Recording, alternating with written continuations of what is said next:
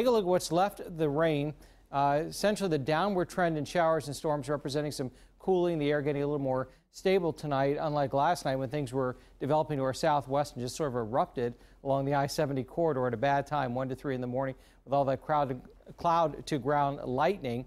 But the rain is moving off to the east now, passing through Mount Vernon. We saw this cell actually form all the way back by Reynoldsburg. It's 6 o'clock that we were tracking on the east side of Columbus.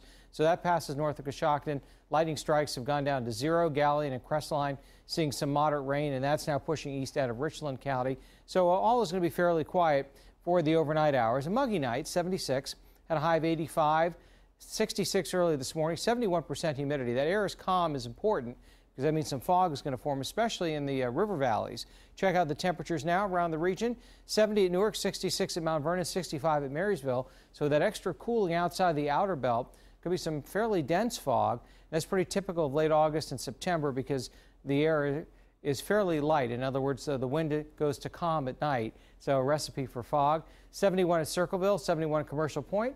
It's a more pleasant 64 degrees up at Delaware. So here are the numbers through the morning hours tomorrow. Valley fog, 68. Hazy sun at noon, 81. There'll be a couple of storms around late tomorrow afternoon and evening, 86. So another day just like today because high pressure hasn't moved. It's still sitting in West Virginia. We still get the warm southerly breezes.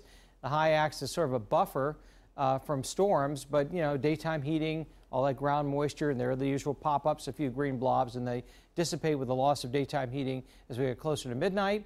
Same story on Tuesday.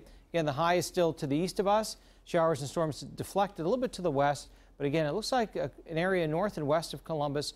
Monday, Tuesday, and Wednesday, we'll have the best chance of seeing a stray shower or thunderstorm in the afternoon and evening.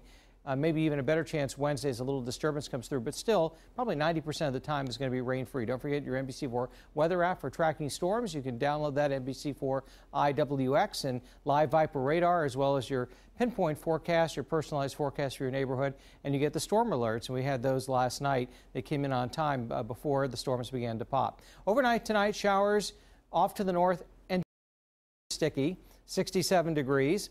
Now, this is a little warm heading into the final day of August and then early September. The normals are back down in the low 80s, but we'll be back to 86 tomorrow, a day exactly like today, hazy sunshine, a couple of pop-up late-day storms. And then after that, keep an eye on the numbers here. Tuesday and Wednesday, still a chance for a stray shower or thunderstorm, again, especially north and west, 86, 87.